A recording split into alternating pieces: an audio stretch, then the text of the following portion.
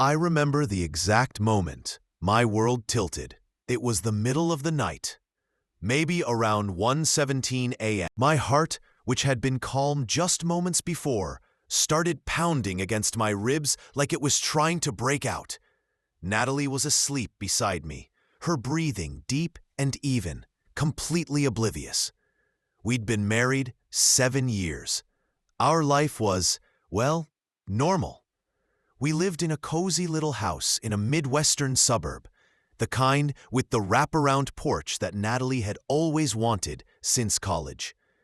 It was the sort of place where the neighbors actually knew your parents, where kids rode bikes until the last sliver of sun dipped below the horizon, and Saturday mornings smelled like freshly cut grass and bacon cooking down the street.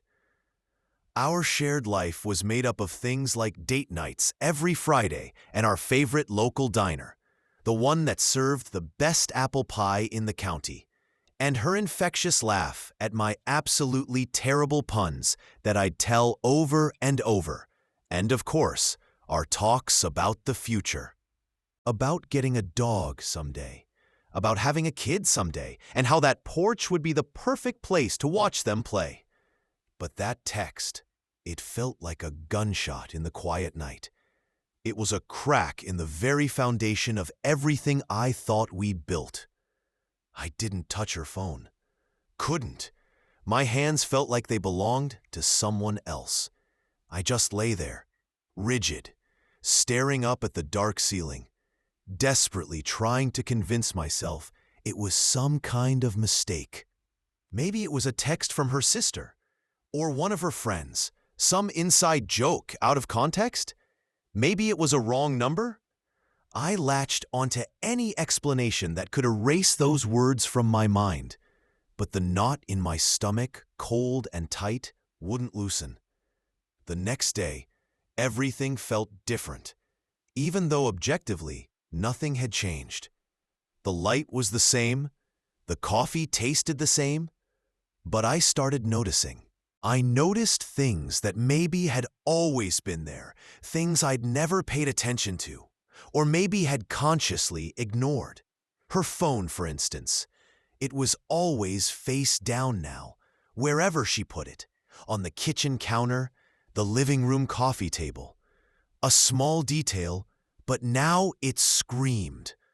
Her late meetings at work, which used to be rare, suddenly became almost weekly occurrences.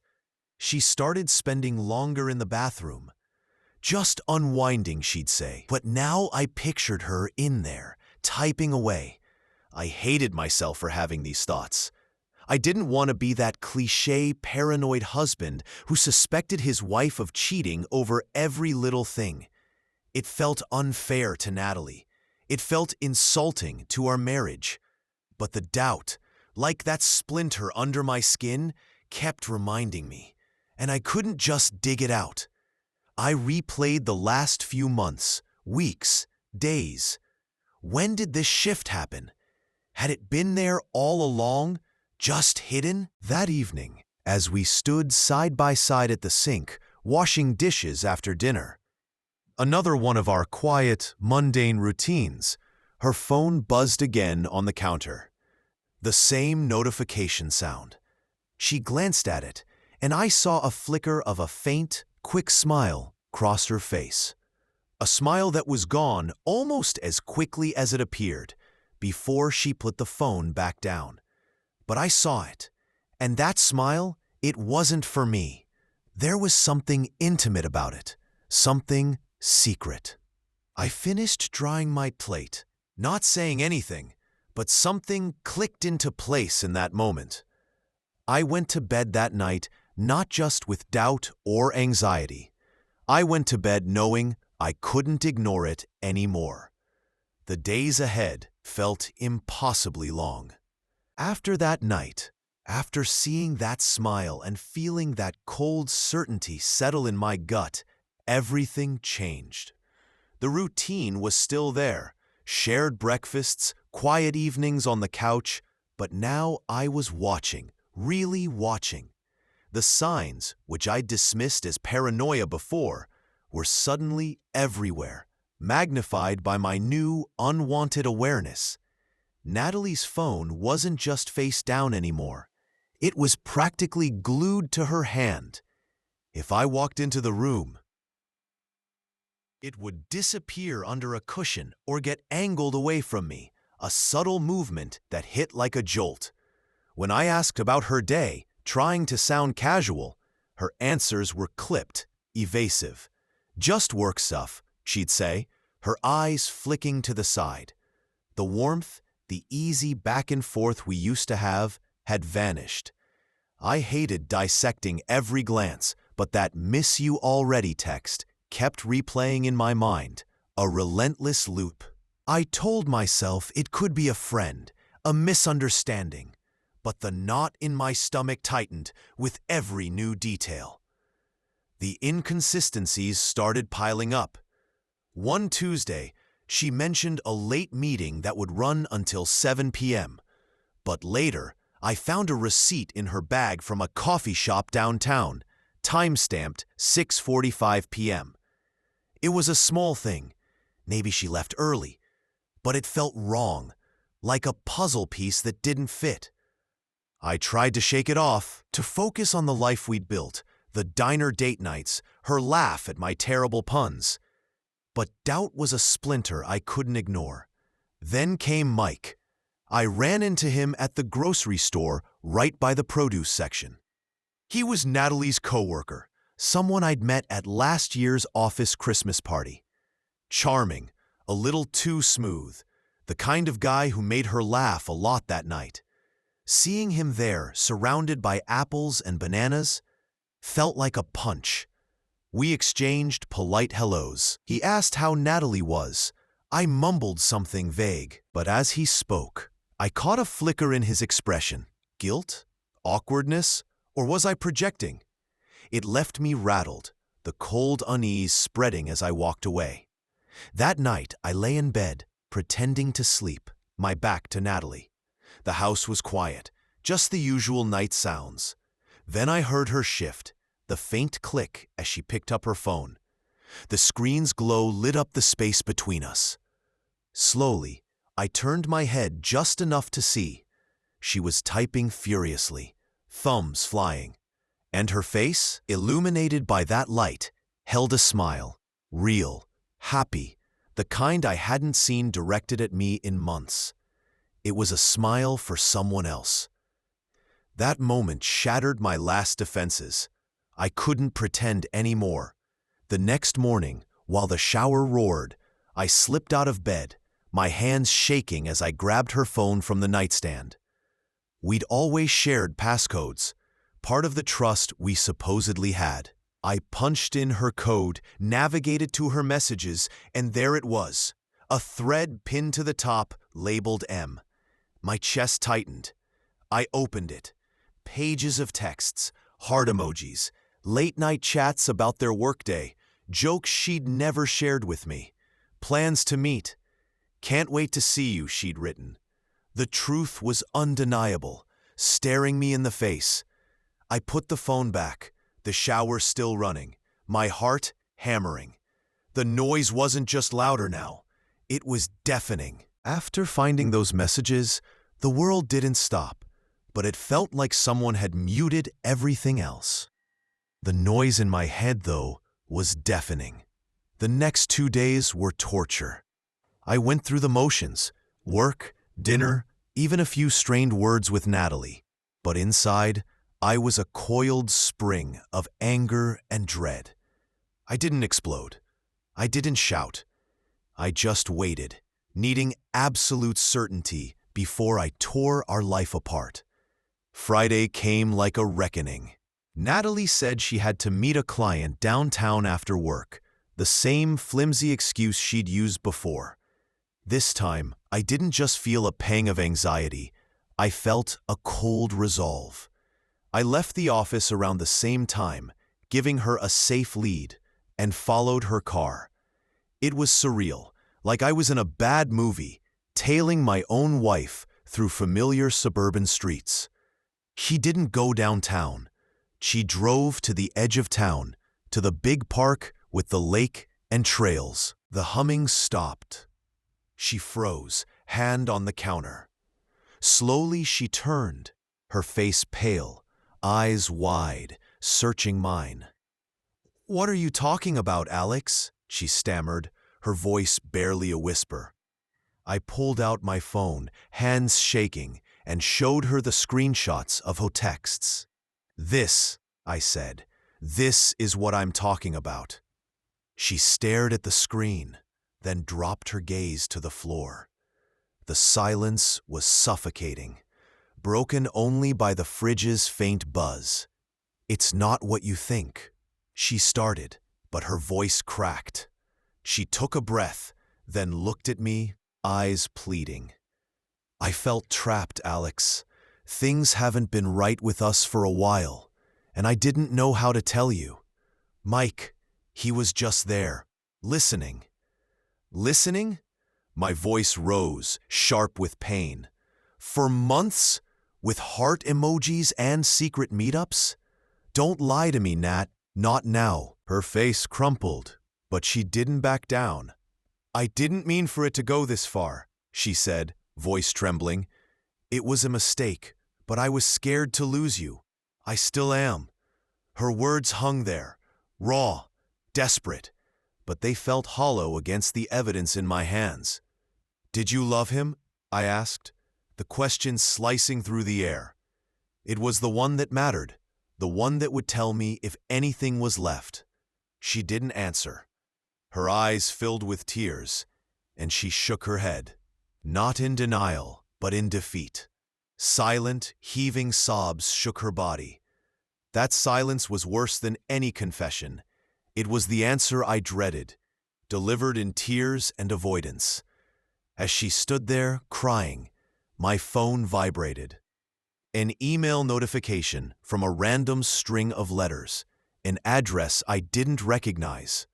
I opened it, my breath catching.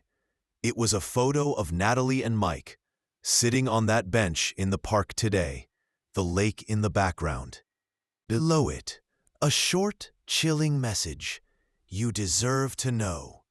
Someone else had seen them. Someone had taken a picture, sent it to me. The betrayal wasn't just ours anymore. It was exposed, public. As I stared at the photo, then at my sobbing wife, a new question burned. Who was watching us? And why were they pulling the strings? The rest of that Friday night was a blur of choked back words and Natalie's fading sobs. The email, the photo, it wasn't just proof of her betrayal, it was evidence someone else was watching, pulling strings in our unraveling life. I couldn't sleep in our bed. I grabbed a few things and retreated to the guest room, collapsing onto the lumpy mattress that smelled of mothballs. It felt right, isolated, uncomfortable, a fitting place for the wreckage I was in. The days that followed were a slow bleed. Anger surged, then gave way to a heavy sadness, laced with a gnawing question. How did I miss this? The empty space beside me in bed, the single coffee mug each morning, they were sharp reminders of what was gone. I didn't want to be a victim, though. I needed to act, to reclaim some control. So, I met my sister Jen for coffee downtown. She's always been my rock, pragmatic and fierce. As I spilled everything, the text, the messages, the park, the email, her face tightened with anger. She listened, then squeezed my hand. "Alex, you don't deserve this," she said, low and firm. "You need a plan." Her words cut through the fog, giving me a lifeline. I couldn't keep this contained. While Natalie's texts, apologies, pleas to talk, piled up unanswered, I dug deeper. I checked her email, her cloud storage, her calendar. It felt wrong, invasive, but the truth demanded it. I found more. Client meetings that matched her texts with Mike, flight confirmations for work trips, with extra days unaccounted for. She wasn't just unfaithful. She'd built a double life with surgical precision. The woman I loved was a stranger. Then Mike texted me. "I didn't mean for this to happen," he wrote. The nerve of it lit a fire in me. For a moment, I pictured confronting him, showing up at his door. But what would that fix? Nothing. I deleted his message, blocked his number, and shifted focus. I made an appointment with a divorce lawyer, a sharp woman recommended by a colleague. Sitting in her office, laying out the facts of my broken marriage felt like a step forward. She outlined my options, clean, practical steps through the chaos. It was empowering, a way to move, not just drown. One evening, weeks into this tense new normal, I took a different route home from work. By chance, I passed Mike's street. There, outside his apartment, was Natalie's car. My breath hitched. I didn't stop. I kept driving, the streetlights blurring through the sting in my eyes. Their connection was still real, a truth I couldn't outrun. And that email, that photo, someone out there knew more than I did. Who were they? And what did they want? I was 10 minutes from home, still shaking off the image of her car, when Jen called. Her voice was urgent, shocked. "Alex, you're not going to believe this." Someone, not me, had sent an anonymous tip to Natalie's HR department, detailing her affair with Mike. Her company's zero-tolerance policy for workplace relationships was ironclad. Natalie was under investigation. Her job was at risk. The floor dropped out. My quiet plans for divorce, my attempt to contain this mess, were now tangled in someone else's actions. The fallout was coming, and I had no idea how far it would reach. Jen's call about the HR tip was a bomb, exploding the fragile control I'd built. Someone, anonymous, unknown, had exposed Natalie's affair to her company. Their zero-tolerance policy for workplace relationships was swift and merciless. By the next week, Natalie was fired, her career in ruins. The day after, she came to the house. It was a Saturday morning, the air heavy with spring. I saw her car pull into the driveway, and my chest tightened. When I opened the door, she stood on the porch, that wraparound porch she'd dreamed of since college, looking shattered. Her eyes were red, her shoulders slumped. "Alex," she whispered, voice raw, "I've lost everything. My job, us. Can we try again, please?" I looked at her, the woman I'd loved, married, built a life with. For a moment, I saw us years ago, laughing over apple pie at the diner, her hand warm in mine. That memory stung, sharp and fleeting. "Nat," I said, my voice quiet but firm, "I can't." I filed for divorce. Her face crumpled, but she didn't argue. She nodded, a small, broken gesture, and turned back to her car. I closed the door, leaning against it, the silence in the house heavier than ever. That moment wasn't triumph, it was just the end. The divorce was clean, thanks to the prenup that protected the house. I didn't linger. The porch, the memories, they were ghosts now. I sold the house and moved to Seattle, needing distance, a fresh start. Recovery wasn't a straight line. It was slow, built from small moments, hiking the Cascades, where the quiet of the trees let me untangle my thoughts. Therapy, where I faced the pain of losing not just Natalie, but the trusting version of myself. I grieved that Alex, the one who believed in forever.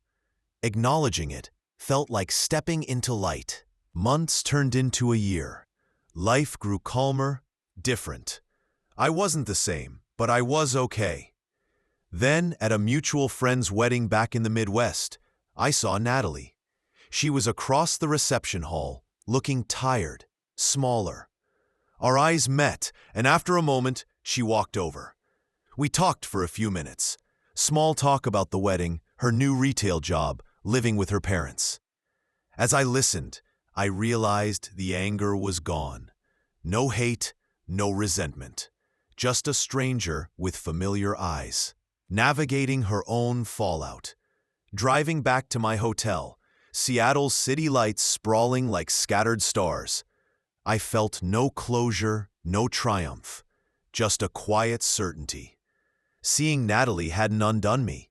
It confirmed we were on separate paths. That anonymous email, the HR tip, I'd never know who sent them. Maybe a coworker, maybe someone else hurt by her lies. It didn't matter anymore.